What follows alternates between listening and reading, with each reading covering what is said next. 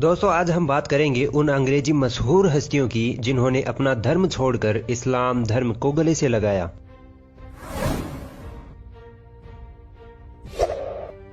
Michael Jackson की छोटी बहन जेनेट जैक्सन ने 2012 के आसपास इस्लाम धर्म अपना लिया था। इस्लाम धर्म अपनाने की बड़ी वजह थी उनका अपने मुस्लिम बॉयफ्रेंड विस्सम अल-मना से शादी करना। विस्सम अल-मना से शादी करने के बाद जेनेट जैक्सन ने पूरी तरह से इस्लाम अपना लिया था। एक जमाने में जेनेट जैक्सन छोटे कपड़ों में घुमा करती थी, मगर इस्लाम धर्म अपनाने के बाद उनको लंदन की सड़कों पर बुर्का पहने हुए घूमते देखा जा सकता है।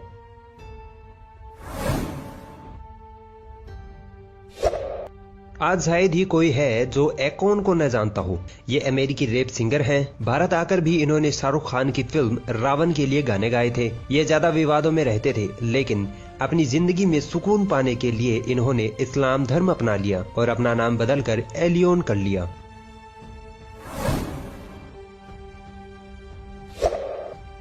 जर्मन को चाहने वालों की अच्छी खासी संख्या है, लेकिन उनमें से बहुत कम लोग जानते होंगे कि जर्मन ने इस्लाम धर्म अपना लिया है। जर्मन का कहना है कि जब से उन्होंने इस्लाम अपनाया है तब से वो ऐसा महसूस करते हैं जैसे उनका दूसरा जन्म हुआ है।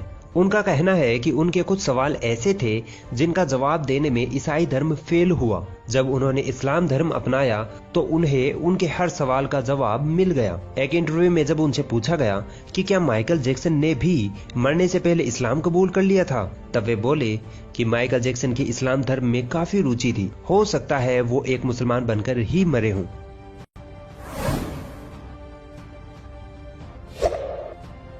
डेव चैपल एक स्टैंड अप कॉमेडियन थे। डेव चैपल ने 1998 में कुरान की शिक्षाओं से प्रभावित होकर इस्लाम धर्म अपनाया था, पर यह बात उन्होंने 2005 में सार्वजनिक तौर पर कही। उनका कहना है कि मैं आमतौर पर धर्म के बारे में सार्वजनिक रूप से बात नहीं करना चाहता, क्योंकि मैं नहीं चाहता कि लोग मुझे और मेरी बुराइयों को इस खूबसूरत धर्म इस्लाम से जोड़ें। मुझे विश्वास है कि इस्लाम धर्म सच्चा है। अगर आप भी इसे सही तरीके से पढ़ते और सीखते हैं तो आप भी इससे प्रभावित होंगे। डेव चैपल अपनी फैमिली में इस्लाम अपनाने वाले पहले शख्स थे। बाद में उनको देखकर उनकी फैमिली में 25 लोग और मुसलमान बन गए।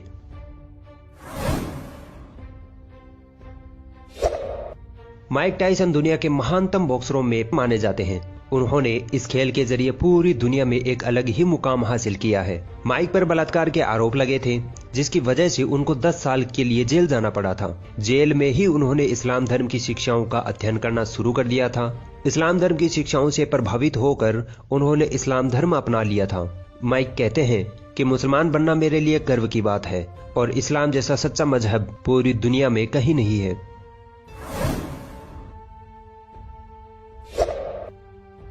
बॉक्सिंग चैंपियन और ओलंपिक मेडलिस्ट मोहम्मद अली पैदाइशी एक ईसाई थे और तब इनका नाम केशिन क्ले था। साल 1962 में जब वे 20 साल के थे, उनकी मुलाकात अफ्रीकन अमेरिकन मुस्लिम और मानवाधिकार कार्यकर्ता मैल्कम एक्स से हुई, जिन्होंने मोहम्मद अली को इस्लाम धर्म से परिचित करवाया। इस्लाम धर्म को सच्चा और सबसे शांति प्रिय धर्म पाकर मोहम्मद अली मुसलमान बन गए।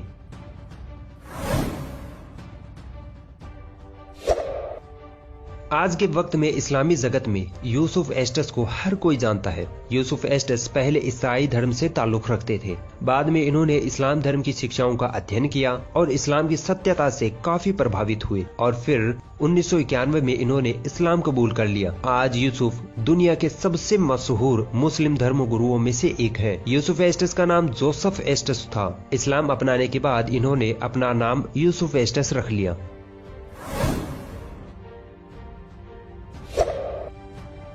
योन रेडली के इस्लाम अपनाने की कहानी बड़ी दिलचस्प है। योन रेडली एक ब्रिटिश रिपोर्टर थी। उनको अफगानिस्तान भेजा गया था तालिबानियों की जासूसी करने के लिए। जासूसी के वक्त वो नकाब में रहती थी और एक बार तालिबानियों की जासूसी करते वक्त उनका कैमरा गिर जाता है और वो पकड़ी जाती हैं। तालिबानी लोग उन्हें घेर लेते हैं। एक इंटरव्यू में योन रेडली बताती हैं कि उस वक्त मुझे ऐसा लग रहा था कि ये जाहिल लोग अब मुझे मार डालेंगे या 5-6 लोग मिलकर मेरा रेप करेंगे। 1 घंटे तक सब लोग ऐसे ही मुझे घेरे हुए खड़े रहे। फिर एक अफगान औरत आई और मेरे शरीर की तलाशी लेने लगी। उस वक्त मुझे समझ में आया कि ये लोग सोच रहे थे कि मेरे पास कोई हथियार है। इस बात पर मुझे काफी गुस्सा आया कि 1 घंटे से मुझे यूं ही घेरे खड़े हुए हैं। मुझे पूछ ही लेते कि मेरे पास कोई हथियार है या नहीं, मैं बता देती। 1 घंटे तक मैं तड़प तड़प कर मर रही थी। उस वक्त गुस्से में मैंने अपनी कमीज ऊपर उठा दी और बोली, देखो मेरे पास कोई हथियार नहीं है। जैसे ही मैंने अपनी कमीज ऊपर उठाई, तालिबानी लोग 180 डिग्री घूमे और वहां से भाग गए। योन रेडली आगे कहती हैं कि तालिबानियों को मारने के लिए बम गिराने की जरूरत नहीं है। औरतों के कपड़े उन पर गिरा दो, वो शर्म से मर जाएंगे। इतने बाहिया लोग हैं तालिबानी। 6 दिन तक उन्होंने मुझे बड़ी शराफत के साथ कैद करके रखा। बाद में मुझे इस शर्त पर आजाद किया कि मैं इंग्लैंड वापस जाकर कुरान का तर्जुमा पढ़ूंगी। मैंने ऐसा ही किया। योन रेडली ने कुरान का अध्ययन किया और कुरान की शिक्षाओं से प्रभावित होकर इस्लाम कबूल कर लिया।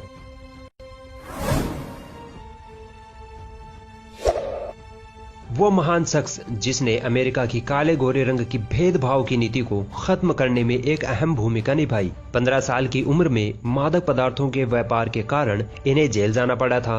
जेल में ही इन्होंने इस्लाम धर्म की शिक्षाओं का अध्ययन करना शुरू किया, जिससे वो काफी प्रभावित हुए और जेल से बाहर आने के बाद इन्होंने इस्लाम धर्म कबूल कर लिया। इस्लाम कबूल करने के कुछ साल बाद ही इनकी हत्या कर दी गई। मैल्कम एक्स पर हमने एक फुल डिटेल्ड वीडियो बनाई हुई है, जिसे आप हमारे चैनल पर जाकर देख सकते हैं। चलते चलते मैं आपको कुछ फैक्ट्स बताता चलूं। कुरान दुनिया की एकमात्र धार्मिक किताब है जिसमें आज तक एक भी शब्द की हेराफेरी नहीं हुई है। बाकी दुनिया के हर धार्मिक किताब को उसके असली रूप से बदल दिया गया है। कुरान ही एकमात्र धार्मिक किताब है जिसे दुनिया में सबसे ज्यादा पढ़ा जाता है। प्यू रिसर्च की 2016 की रिपोर्ट के मुताबिक 2010 से 2015 के बीच पूरी दुनिया में 5 लाख से ज्यादा लोगों ने इस्लाम धर्म अपनाया था। जेरूसलम पोस्ट के मुताबिक यूके और फ्रांस में 2 लाख लोगों ने इस्लाम अपनाया था। येडियोत एरोनॉट के मुताबिक जर्मनी में हर साल 4000 से ज्यादा लोग इस्लाम कबूल करते हैं। आज के वक्त में दुनिया में सबसे तेजी से फैलने वाला धर्म इस्लाम ही है।